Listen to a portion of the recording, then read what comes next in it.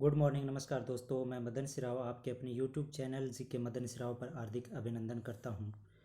तो मेरे प्यारे दोस्तों, अपने चल रही थी राजस्थान की कृषि, और राजस्थान की कृषि के संदर्भ में हमने एक वीडियो कंप्लीट किया। उस वीडियो में हमने जाना कि कृषि किस प्रकार से की जाती है, यानी कि सूढ़ क्या होता है, निनाण क्या है, पाड़ क्या है, खरपतवार क्या है, इसके बारे में हमने जिक्र किया था। अब अपनी कृषि को कंटिन्यू करते हुए हम आगे की बातें पढ़ेंगे और कृषि को शुरू करने जा रहे हैं। तो आज का ये जो सेशन है बहुत ही शानदार होने वाला है। तो मुझे पूरी आशा है कि आप वीडियो को छोड़ के कहीं जाइएगा मत और बने रहिएगा वीडियो में। चलिए शुरू करते हैं। राजस्थान की कृषि पार्ट सेकंड, ये लीजिए, राजस्थान की कृषि। राजस्थान की कृषि, राजस्थान की कृषि बहुत ही शानदार होने वाली है ये। और राजस्थान की कृषि को हमने पढ़ा है पीछे एक वीडियो में। अब आगे जानेंगे जो एग्जामिनर परीक्षा में कैसे कैसे सवाल पूछता है। जैसे राजस्थान की शब्दावलियों से वो प्रश्न पूछ लेता है, अन्य किस प्रकार से प्रश्न पूछता है। या फिर हम बात करें तो जैसे कि पीछे वे कंपटीशन एग्जाम में प्रश्न पूछे गए हैं, उन प्रश्नों पर जिक्र करेंगे हम। और आगामी भर्ती परीक्षा में पूछे जाने वाले प्रश्नों पर भी हम चर्चा करेंगे। तो सर्वप्रथम मेरे प्यारे दोस्तों हम बात करते हैं तो इस कृषि में एक शब्द आता है बिदका। क्या है? बिदका। बिदका, बिदका के बारे में एग्ज़ाम में पूछा गया है। बिदका क्या है? तो बिदके की हम बात करें तो ये बिदका क्या है? तो सामान्य भाषा में हम बात करें तो अपने खेतों में जब फसल बो देते हैं और फसल की रखवाली के लिए, जैसे आवारा पशु होते हैं, गाय है या फिर नीलगाय है जिसे हम रोज़ बोलते हैं, भूड़ है, तो इस प्रकार से जो आवारा पशु है वो अपने खेतों में घुस जाते हैं और फसल को नुकसान पहुंचा देते हैं। तो इस स्थिति में किसान क्या करते हैं कि अपने खेतों में एक मानव के पुतले जैसा, कैसा? मानव के पुतले जैसा, मानव के पुतले जैसा,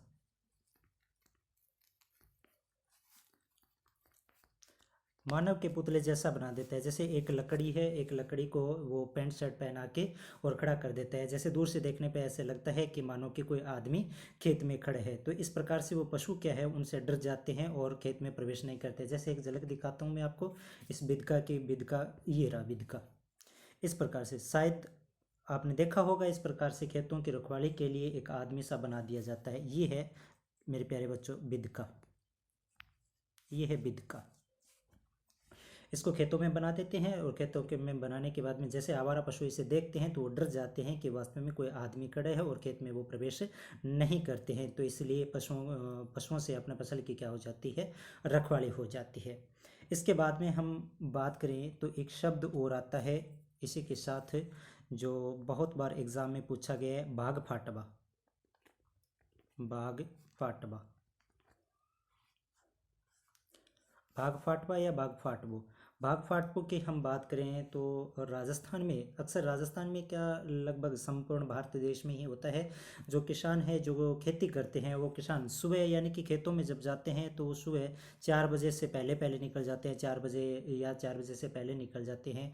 जैसे अपने राजस्थानी भाषा में एक शब्द सुना होगा जो तारिया, जो एक शुक्र तारा चमकता है अपने सुबह के टाइम में, तो उसे तारिया के नाम से जानते हैं। तारिया के तारियू उग्यो, ठीक है। तो वो जो बेला होती है वो सुबह का टाइम होता है, जब अपने अपने राजस्थानी भाषा में झांद्र का बोलते हैं। 4 बजे का टाइम होता है, उस टाइम को एक किस नाम से जानते हैं, बाघ फाटवो के नाम से जानते हैं। जैसे आपने सुना होगा कि किसान फलाना, जैसे मान लिया कि एक किसान का नाम है मंगलाराम नाम है, चलो मान लेते हैं कि एक किसान का नाम मंगलाराम है।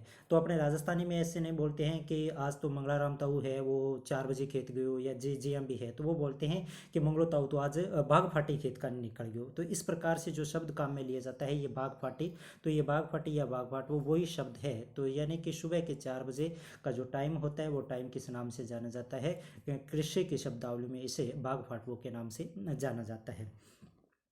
अब बात करते हैं हम कि राजस्थान में अपने कृषि से संबंधित कुछ उपकरण काम में लिए जाते हैं। यानी कि इस अपने राजस्थान की जो कृषि है, इस कृषि के संदर्भ में कुछ उपकरण काम में लिए जाते हैं। कि उपकरण कौन कौन से उपकरण है, तो ऐसे तो है नहीं कि कृषि बगैर उपकरणों के हो जाएगी, तो उपकरण भी अपने काम में लेते हैं। उपकरण यानी कि कृषि को करने के लिए कुछ उपकरण काम में लेते हैं। उपकरणों में हम बात करें तो कुछ उपकरण ऐसे होते हैं जो हस्त औजार बोल देते हैं, जैसे हाथों से काम में लिए जाते हैं। कुछ ट्रैक्टर्स के उपकरण होते हैं, जैसे ट्रैक्टर के पीछे जैसे कल्टीवेटर है, प्लाव है, तोई है। तो इस प्रकार के जो ट्रैक्टर के हो गए उपकरण, और कुछ उपकरण ऐसे हैं जो किसान स्वयं अपने हाथों से वो काम में लेते हैं। जैसे हाथों में जो उपयोग में आते हैं कृषि कार्य को करने के लिए, उसमें एक आता है हांसिया। हांसिया, हांसिया। इसे ग्रामीण शब्दावली में द्रांति भी बोलते हैं, या अपने बोल सकते हैं द्रांति, द्रांति, या इसे दांती भी बोलते हैं, दांती।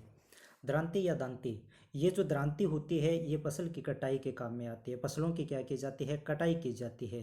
तो आपको एक झलक दिखा देता हूँ मैं, द्रांति कैसी होती है। ये है, ये दोस्तों द्रांति है। आप सब जानते हैं, मुझे आशा है कि आप सब जानते हैं। जो शहरी क्षेत्र के लोग हैं, वो स्टूडेंट्स हैं, वो कम जानते हैं, तो उनके लिए ये वीडियो बहुत ही महत्वपूर्ण होने वाला है, क्योंकि उसे डायग्राम में अच्छे तरीके से समझाया गया है। तो ये इसको बोलते हैं द्रांति, द्रांति, या इसे किस नाम से जानते हैं, दांती के नाम से जानते हैं। तो ये देखो, ये लोहे की बनी होती है और पीछे इसके लकड़ी की हत्ती लगी होती है। यहाँ से पकड़ा जाता है और यहाँ से इस हिस्से से फसल की कटाई की जाती है। तो ये है द्रांति, यानी कि ये कि कृषि में कृषि कार्य का एक उपकरण है, जैसे फसल की कटाई की जाती है। तो थोड़ा सा ध्यान रखें। अच्छा, इसी के साथ में हम एक दो बात और कर लेते हैं। जब कृषि होती है, अपने फसल बो रखी होती है और फसलों की क्या की जाती है, कटाई की जाती है, फसलों की कटाई। तो अपने फसलों की कटाई की जाती है, तो राजस्थानी शब्दावली में इस फसलों की कटाई को बोलते हैं लावणी के नाम से। किस नाम से जानते हैं, लावणी के नाम से भाई। फसलों की कटाई किस नाम से जानी जाती है अपने राजस्थानी शब्दावली में, लावणी के नाम से जानी जाती है। पर मेरे प्यारे दोस्तों ध्यान देना कि लावणी का जो हम सही अर्थ देखें तो लावणी का अर्थ होता है बुलावा। लावणी का अर्थ क्या होता है, बुलाना। लावणी, लावणी का अर्थ होता है बुलाना, बुलाना। तो जैसे अपने बड़ा होगा, बहुत बार एग्जाम में प्रश्न पूछा भी गया है कि निम्न में से किसकी लावणियाँ गाई जाती है। जैसे राजा भर्तृहरि की लावणी गाई जाती है, गोपीचंद की लावणी गाई जाती है। तो इनके यानी कि लावणी का मुख्य अर्थ जो होता है वो बुलाना होता है। और कृषि के संदर्भ में थोड़ा सा ध्यान देना कि कृषि के बारे में पूछे कि लावणी क्या है, तो लावणी का अर्थ होता है फसलों की कटाई करना। जैसे आपको मैं दिखा देता हूँ एक झलक इसकी, फसलों की कटाई यानी कि लावणी है, वो लावणी कैसी होती है, किस प्रकार से लावणी की जाती है। ये जो दृश्य है, ये जो दृश्य आप देख रहे हैं, कुछ किसान भाई हैं और किसान भाई अपने खेतों में फसल की कटाई कर रहे हैं। और फसल में हम देखें तो ये सरसों की कटाई कर रहे हैं भाई। किसकी कटाई कर रहे हैं, सरसों की कटाई कर रहे हैं। तो आपने सुना होगा जब अब फसल की कटाई चल रही है अब, और घरों में अक्सर जो देहात के लोग होते हैं, ग्रामीण लोग होते हैं, वो ऐसे नहीं बोलते हैं कि हम सरसों की कटाई कर रहे हैं या फिर चने की कटाई कर रहे हैं। वो सीधा ऐसे ही बोलते हैं कि भाई लावणी आ रही है मारतू। क्या रखी है, लावणी आ रखी है मारतू में, तो लावणी कर रहे हैं। हाँ, तो लावणी थोड़ा सा ध्यान में रखियो कि फसलों की कटाई करना किस नाम से जाना जाता है, ये लावणी के नाम से जाना जाता है। और लावणी का सही मायने में अर्थ देखें तो लावणी का अर्थ होता है बुलाना। लावणी का अर्थ होता है बुलाना, थोड़ा ध्यान देना भाई इस प्रकार से। और लावणियाँ किसके आराधना में ये गाई जाती है, तो गोपीचंद की लावणियाँ गाई जाती है और राजा भर्तृहरि की लावणी गाई जाती है। तो थोड़ा सा ध्यान देना भाई, लावणी। तो द्रांति पढ़ ली, और इसके बाद में द्रांति से लावणी भी की जाती है। इसके बाद में हम आगे बढ़े हैं, तो अब इसके बाद में आएगा ये फावड़ा। ये भी कृषि का एक उपकरण है जो हाथों से काम में लिया जाता है, इसे बोलते हैं फावड़ा। फावड़ा, ये फावड़ा है। अक्सर इसका उपयोग लोग खेतों में जैसे खाला खाला खोदते हैं ना, खाला बनाने में, मेड़ बनाने में इसका कार्य किया जाता है भाई। ठीक है ना, गड्ढा खोदने के लिए इसका उपयोग किया जाता है, तो फावड़ा। तो ये कि कृषि कार्य में काम में लिए जाने वाला एक उपकरण है, तो इसे किस नाम से जानते हैं, फावड़ा के नाम से जानते हैं ये। इसके बाद में अगले उपकरण की बात करें तो ये मेरे प्यारे दोस्तों, इसे बोला जाता है तंगली। किस नाम से जानते हैं इसे, इसे तंगली के नाम से जानते हैं। तो ध्यान रखें, इसका प्रयोग भी कृषि कार्य के लिए किया जाता है। जैसे इसका प्रयोग हम बात करें तो ग्वार का भूसा इकट्ठा करने के लिए, गेहूं का भूसा इकट्ठा करने के लिए, इस प्रकार से इन खेतों में इनका प्रयोग किया जाता है। तंगली, इसमें हम बात करें तो 8-9 इसमें सींगी होती हैं, और ये मुख्यतः लकड़ी या लोहे की, किसी की भी बनी हो सकती है, लकड़ी की भी बनी हो सकती है या फिर ये लोहे की भी बनी हो सकती है। लोहे के। ये जो इसके जो है, ये इसे सिंगी बोलते हैं भाई। किस नाम से जाना जाता है? इसे सिंगी के नाम से जानते हैं। और सिंगी इसमें लगभग होती है वो 8 से 9 सिंगियाँ होती है। कितने होती है? 8 से 9 होती है। तो इसे किस नाम से जानते हैं? इसे हम तंगड़ी के नाम से जानते हैं। इसके बाद में थोड़ा सा और ध्यान देना, जैसे ऐसी होती है जिसके 4 सिंगे होते हैं, जैसे ऐसे 4 सिंगे होती है, ऐसे ऐसे 4 सिंगे होती है, बस लकड़ी की बनी होती है। ये आगे की सिंगे होती है, ये पीछे डंडा लगा होता है। इसे जेली के नाम से बोलते हैं भाई, जेली। ठीक है, जैसे अपने राजस्थानी में इसे जेई के नाम से भी जानते हैं, जेली या जेई। तो थोड़ा सा ध्यान देना इसके बारे में भी। आगे के उपकरणों के हम जिक्र करें तो आगे के उपकरणों में ये उपकरण आता है, इसका नाम है कुदाली। किस नाम से जानते हैं? इसे कुदाली के नाम से जानते हैं भाई, कुदाली। अक्सर इस कुदाली का उपयोग हम देखें तो खेतों में इसे, या फिर हम बोल सकते हैं कि धरातल को खोदने के लिए किया जाता है भाई, खोदने के लिए, खोदने के लिए। तो हो सकता है आपसे एग्जाम में पूछ ले कि कुदाली है, हंसिया है या फिर फावड़ा है, इनका उपयोग किससे संबंधित है? तो इसका उपयोग कृषि कार्यों से संबंधित है। इस प्रकार से थोड़ा सा ध्यान रखना। इसके बाद में हम और बात करें तो लावणी के बाद में एक शब्द और आता है अपने पास, खड़ा करना। किस नाम से? खड़ा। तो फसलों की कटाई करके उन्हें एक जगह इन्हें इकट्ठा कर दिया जाता है, फसलों के ढेर को, यानी कि कटी हुई फसलों के ढेर को। ये देखो फसल का ढेर है, ये चने की फसल है, और चने की फसल को इसने किसान भाई ने क्या किया? इकट्ठा किया है। और ये इकट्ठा किए हुए, ये इसे किस नाम से जानते हैं? ये खड़ा के नाम से जानते हैं भाई, खड़ा। यानी इस ढेर को, इसे ये जो ट्रैक्टर लगा रखा है इसने थ्रेसर, और थ्रेसर से ये क्या करेगा? भूसा अलग कर लेगा और इसे अनाज निकाल लेगा। और इस प्रक्रिया को क्या, किस नाम से जानते हैं? खड़ा के नाम से जानते हैं। ठीक है, तो थोड़ा ध्यान में रह जाएगा कि खड़ा क्या होता है। इसके बाद में पीछे एक एग्जाम में प्रश्न पूछा गया था भाई, छाजला। क्या पूछा गया था? छाजला। छाजला क्या है? तो छाजला, छाजला आपको मैं दिखा देता हूँ। ये जो आंटी जी ने ले रखा है, इसमें कुछ कचरा भी है और इसमें फसल भी है, यानी कि जो है ये चावल की खड़ा निकाल रही है, चावल को साफ कर रही है ये।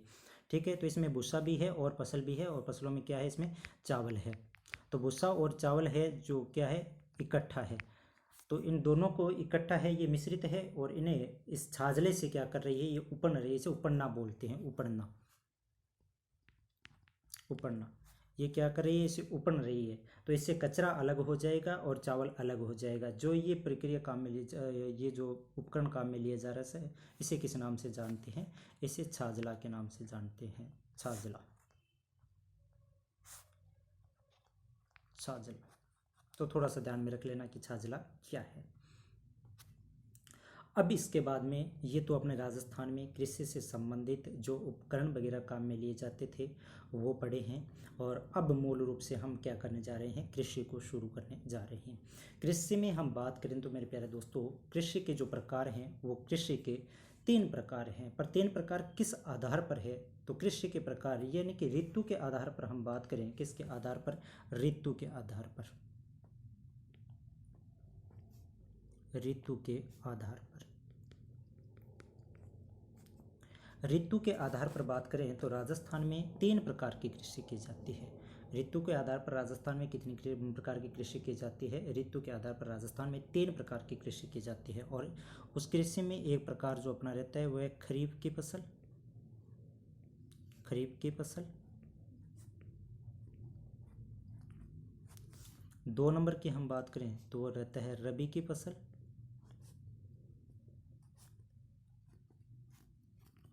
रबी की फसल। और 3 नंबर की मैं बात करूं तो वो रहेगा जायद की फसल, जायद की फसल। यानी कि ऋतु के आधार पर अपने राजस्थान में 3 प्रकार की कृषि की जाती है। उसमें एक खरीफ की फसल आती है, 2 नंबर की बात करें तो रबी की फसल आती है, और 3 नंबर की हम बात करें तो जायद की फसल आती है। इन फसलों को तो हम पढ़ेंगे थोड़ा बाद में, यानी कि हो सकता है इन फसलों को अगले वीडियो में हम पढ़ें। इससे पहले हम राजस्थान में कितने प्रकार की कृषि की जाती है, यानी कि राजस्थान में कैसे कैसे कृषि की जाती है, कौन कौन से क्षेत्र में की जाती है, और उन कृषियों को किस प्रकार से या फिर अलग अलग नामों से किस प्रकार से जाना जाता है। तो हम अपने राजस्थान में हम बात करें तो कृषि को, तो कृषि के कई प्रकार हो सकते हैं, यानी कि बुआई के आधार पर कृषि के कई प्रकार हो सकते हैं। और उसमें 1 नंबर प्रकार की हम बात करें तो यानी कि बुआई के आधार पर राजस्थान में कृषियों के प्रकार, तो 1 नंबर जो अपनी कृषि आती है वो आती है स्थानांतरित कृषि। 1 नंबर जो अपनी कृषि है वो कैसी किस प्रकार की कृषि है, स्थानांतरित कृषि है। स्थानांतरित कृषि, स्थानांतरित कृषि, स्थानांतरित कृषि। अच्छा, स्थानांतरित कृषि कौन सी होती है, या फिर इसके और कौन से नाम हो सकते हैं, या किस किस नाम से जानते हैं? तो इसे स्थानांतरित कृषि के नाम से जानते हैं, इसे कर्तन कृषि के नाम से भी जानते हैं, कर्तन कृषि के नाम से भी जाना जाता है, इसे दहन कृषि के नाम से भी जानते हैं, दहन कृषि के नाम से भी जानते हैं, इसे जूमिंग के नाम से भी जानते हैं, जूमिंग कृषि।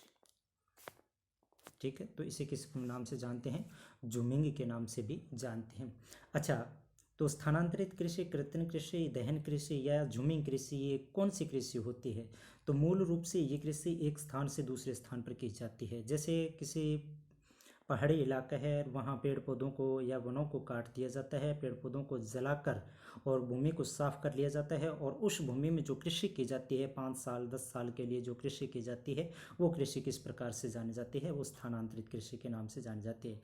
यानी कि मान लो कि उदयपुर के जंगलों में ये कृषि की, वहाँ के लोगों ने जंगलों को काटा, काट के जला दिया गया और वो राख हो गई, वो मैदान में बिछा दी गई है। अब ये मैदान क्या है, कृषि योग्य हो गया, उपजाऊ है। अब यहाँ कृषि करेंगे वो लोग 5 से 10 वर्षों तक यहाँ कृषि की, और उसके बाद में ये मैदान का ऐसा हो जाएगा, अनुपजाऊ हो जाएगा। तो अनुपजाऊ होने के बाद ये लोग इस मैदान को छोड़कर आगे चले जाएंगे, सेम प्रक्रिया करेंगे आगे, यानी वनों को काटेंगे, जलाएंगे और फिर कृषि करना क्या कर देंगे, शुरू कर देंगे। तो इस प्रकार की जो कृषि होती है, एक स्थान से दूसरे स्थान पर जो कृषि की जाती है, इस कृषि को किस नाम से जानते हैं, स्थानांतरित कृषि के नाम से जानते हैं। तो मेरे प्यारे दोस्तों, इस बात का थोड़ा ध्यान रखना। और इस स्थानांतरित कृषि से मैं बात करूं तो राजस्थान के एग्ज़ाम में या फिर कोई भी सेंट्रल गवर्नमेंट एग्ज़ाम हो, उस एग्ज़ाम में बहुत सारे प्रश्न पूछे गए हैं स्थानांतरित कृषि से लेकर। यानी कि पीछे वीडियो एग्ज़ाम में भी पूछा गया है, यानी वीडियो प्रीलिम्स में भी रहा और मेंस भी में रहा, रीट परीक्षा में भी प्रश्न रह चुके हैं, पीछे 2nd grade 1st grade exam में भी प्रश्न रह चुके हैं। वो प्रश्न कैसे हैं, या तो वो पूछ लेते हैं कि अपने भारत में इस कृषि को किस नाम से जानते हैं, या मध्य प्रदेश में इस कृषि को के किस नाम से, आंध्र प्रदेश में, या फिर कोई अन्य कंट्री की बात कर लेता है। तो आइए हम जानते हैं कि वो एक एक बिंदु कि राजस्थान में या फिर अदर स्टेट में या फिर अदर कंट्री में इसे किस नाम से जानते हैं। तो सर्वप्रथम मैं बात करूं तो मैं बात करूंगा पूर्वी राज्यों की, पूर्वी राज्य, यानी कि भारत के पूर्वी राज्य। और भारत के पूर्वी राज्यों में बात करें तो भारत में पूर्वी राज्यों में इसे जानते हैं झूम कृषि या झूमिंग कृषि के नाम से, झूम कृषि, झूम कृषि या झूमिंग कृषि के नाम से जानते हैं। तो इस बात का थोड़ा सा ध्यान रखना। इसके बाद में मैं बात करूं तो राजस्थान के एक स्टेट मध्य प्रदेश में, मध्य प्रदेश में, मध्य प्रदेश में इस कृषि को ना जानते हैं बिब्बर के नाम से। मध्य प्रदेश में किस नाम से जानते हैं, बिब्बर के नाम से, बिब्बर के नाम से, या फिर इसे दहिया के नाम से भी जानते हैं, दहिया, बेबर या दहिया के नाम से। कहाँ, मध्य प्रदेश में। वेरी वेरी इंपॉर्टेंट प्रश्न है मेरे प्यारे दोस्तों, एग्जाम में बहुत बार ये प्रश्न पूछे गए हैं। मैंने पीछे के जितने भी एग्ज़ाम हुए हैं उन एग्ज़ाम से मैंने उठा उठा के ये प्रश्न यहाँ दे रहा हूँ। मैं बहुत मेहनत की है, तो आप भी ज़रा मेहनत करना, ध्यान से इस वीडियो को देखना और अच्छी तरीके से ध्यान में रखना। मध्य प्रदेश। इसके बाद में मैं बात करूँ आंध्र प्रदेश में, आंध्र प्रदेश, आंध्र प्रदेश में इस कृषि को जाना जाता है पोडू के नाम से। आंध्र प्रदेश में पोडू या इसे पेंडा के नाम से भी जानते हैं, आंध्र प्रदेश में इसे पोंडू के नाम से या इसे किस नाम से जानते हैं, पेंडा के नाम से जानते हैं। इसके बाद में मैं बात करूं पश्चिमी घाट, अपने पश्चिमी घाट, और पश्चिमी घाट में इसको जानते हैं कुमारी के नाम से। पश्चिमी घाट, पश्चिमी घाट में इसे जानते हैं कुमारी के नाम से, कुमारी। तो स्थानांतरित कृषि को पश्चिमी घाट में किस नाम से जानते हैं, कुमारी के नाम से जानते हैं। इसके बाद में ध्यान रखना अपने राजस्थान में, और राजस्थान में दक्षिणी पूर्वी राजस्थान में, राजस्थान में इसे दक्षिणी और कौन से राजस्थान में, पूर्वी राजस्थान में, दक्षिणी पूर्वी राजस्थान में इसे जाना जाता है वालरा के नाम से, वालरा के नाम से जानते हैं इसे। ठीक है, इस बात का थोड़ा सा ध्यान रखना कि दक्षिणी राजस्थान में इसे किस नाम से जानते हैं, वालरा के नाम से जानते हैं। आगे बात करें तो हिमालय में,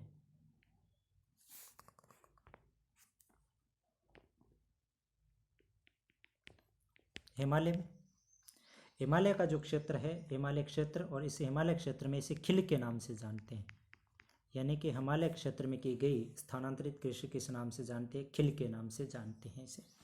झारखंड में,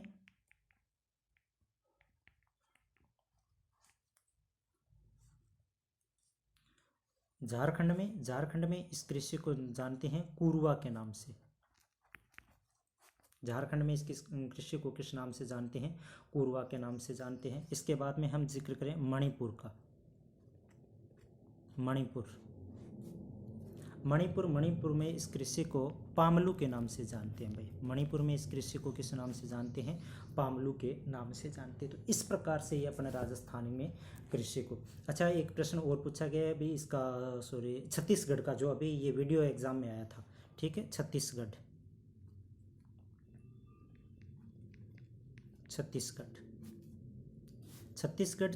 में इस कृषि की बात करें तो छत्तीसगढ़ में इस कृषि को दिप्पा के नाम से जानते हैं। छत्तीसगढ़ में इस कृषि को किस नाम से जानते हैं, दिप्पा के नाम से जानते हैं। कौन से कृषि को, स्थानांतरित कृषि को जानते हैं। अब हम आगे जिक्र करें तो इस कृषि यानी कि स्थानांतरित कृषि, तो देख लेते हैं कि स्थानांतरित कृषि ये कैसी है,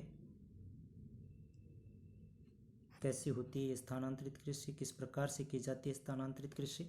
ये है स्थानांतरित कृषि की एक झलक है, यानी कि पहाड़ी इलाकों से, यहाँ से ये वनों को हटा दिया गया है, काट कर जला दिया गया है, और इस क्षेत्र में ये जो कर रहे हैं किसान, ये कृषि कर रहे हैं। तो यह ये कृषि है, ये कृषि किस नाम से जानते हैं, इसे झूम के नाम से भी जानते हैं, अपने पटा दजिया के नाम से जानते हैं, इसे चिमाता के नाम से भी जानते हैं। तो ये स्थानांतरित कृषि है, और अलग अलग क्षेत्रों में आपको बता दिया कि कौन कौन से क्षेत्रों में किस नाम से जाना जाता है।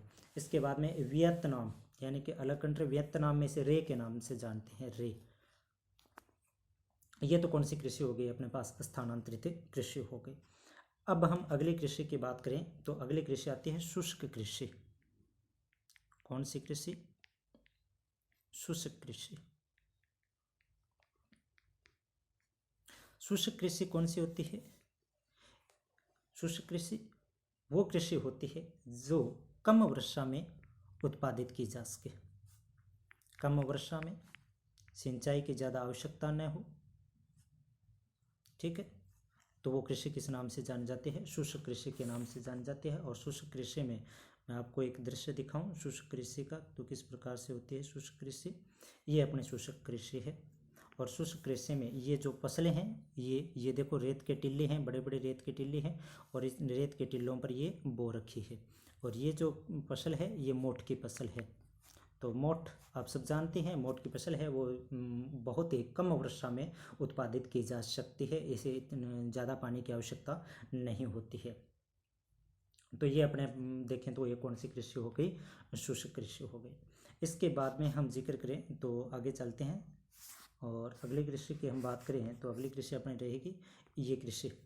इस कृषि को बोलते हैं बागवानी कृषि, बागवानी कृषि।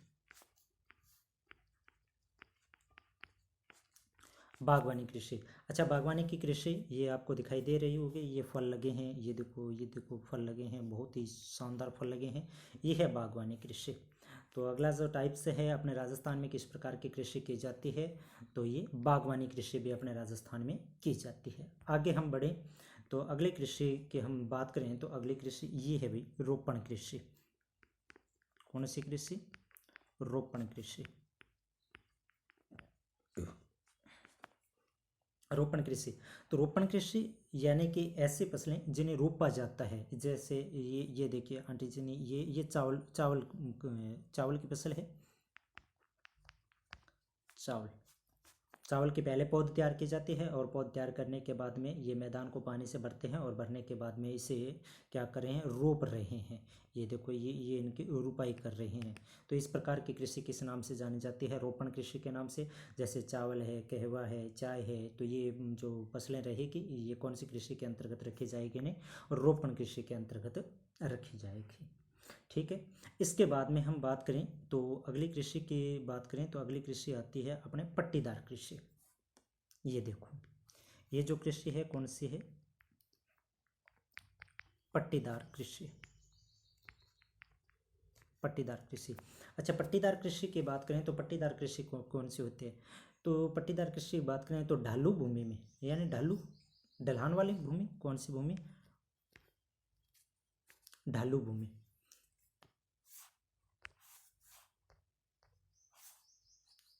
कौन सी भूमि? ढालू भूमि। यानी ढालू भूमि में मृदा क्षरण को कम करने के लिए, यानी कि जहाँ मृदा अपरदित हो रही है, मृदा का ह्रास हो रहा है, उन मृदा को क्या किया जाता है, कम करने के लिए इस प्रकार से ये छोटी छोटी क्या कर दी जाती है, पट्टियाँ बना दी जाती है। जैसे एक ये देखो एक ये अलग से पट्टी बना दी गई है, उसके बाद में ये एक अलग पट्टी बना दी गई है, ये देखो, फिर ये एक अलग पट्टी बना दी गई है, ये अलग पट्टी बना दी गई है, और इसके बीच में ये घास की पट्टियाँ हैं। तो इस प्रकार से यानी कि कृषि है जो यानी कि पट्टियाँ के तहत जो कृषि की जाती है, अलग अलग प्रकार से कुछ पट्टियाँ बना दी जाती है। देखो कितना शानदार नज़ारा है। तो इस प्रकार की कृषि को किस नाम से जानते हैं?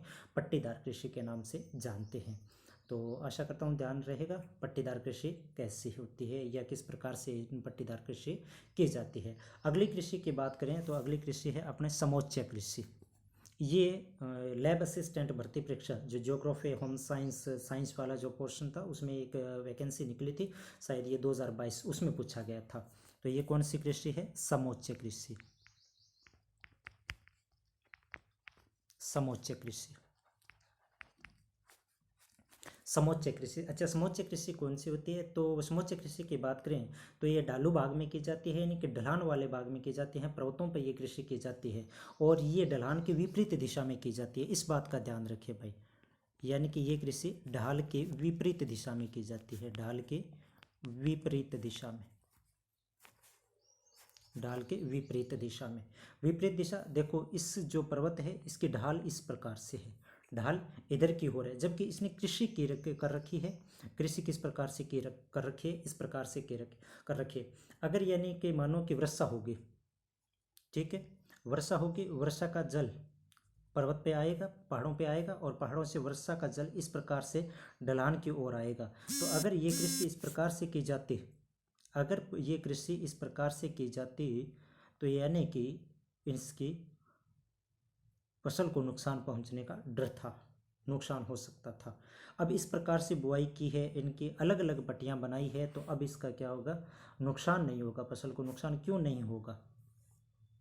देखो नुकसान क्यों नहीं होगा? वर्षा हुई, वर्षा का पानी इस क्षेत्र में इकट्ठा हुआ, इस पट्टी में इकट्ठा हुआ, इस पट्टी में इकट्ठा होने के बाद धीरे धीरे इस पट्टी में उतरेगा, फिर इसमें इकट्ठा होगा, फिर धीरे इसमें, फिर इसमें। तो पानी का वेग है वो बहुत ही कम होगा, और धीरे धीरे पानी ढलान से ढल जाएगा और फसलों को नुकसान नहीं होगा। तो इस प्रकार की जो कृषि होती है वो कृषि किस नाम से जानी जाती है? इस कृषि को समोच्च कृषि के नाम से जाना जाता है। और इसके बाद में ये हो गए अपने समोच्च कृषि। और बात करें हम तो एक कृषि और रही है, और इस कृषि का नाम है मिश्रित कृषि। कौन सी कृषि? मिश्रित कृषि। मिश्रित कृषि।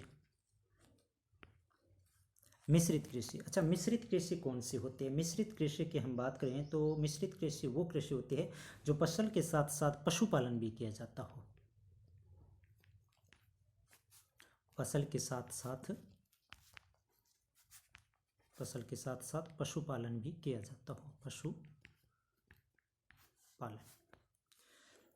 देखो ये एक कृषि है, और ये जो कृषि है इस कृषि के साथ साथ ये देखो फसलों को फसलों के साथ साथ ये पशुपालन भी कर रहे हैं। ये देखो ये पशु है, ये पशु यहाँ इस मैदान में खड़े हैं, चर रही हैं, अपना गुजारा कर रहे हैं, और साथ में इस पशुओं से जो आमदनी होगी वो किसान उठाएगा। तो सीधी सी बात है, तो यानी कि कृषि के साथ साथ पशुपालन भी करना किस नाम से जाना जाता है? ये जो कृषि होगी ये किस प्रकार की कृषि होगी? मिश्रित कृषि के नाम से जानी जाएगी। तो मेरे प्यारे दोस्तों, अपने राजस्थान में फसलों के आधार पर हमने कृषि पढ़ी है। अब जो कल का जो वीडियो रहेगा वो अपना कृषि के अगले टाइप से, यानी कि ऋतु के आधार पर कृषि कितने प्रकार की जाती है, जैसे रबी की है, खरीफ की है, जायद की फसल है। और कल से अपने जो फसलों से प्रश्न रहेंगे कि राजस्थान की कितने भूमि पर ये खरीफ की फसल बोई जाती है, कितने भूमि पर रबी की फसल बोई जाती है, खरीफ की फसलों में अग्रणी कौन सी है, और इसके बाद में आर्थिक समीक्षा के आधार पर हम बात करें कि कुल किसका कितना उत्पादन हुआ, किस प्रकार से, या फिर खाद्यान्न में कौन अग्रणी रहा, या तिलहन में कौन सी फसल अग्रणी रही। तो इस प्रकार से जो बहुत सारे प्रश्न हैं जो एग्ज़ाम में पूछे जाते हैं, उन प्रश्नों को लेकर कल हम चर्चा करेंगे। तो आज के लिए इतना ही, मुझे जाने की आज्ञा दीजिए। थैंक यू, धन्यवाद।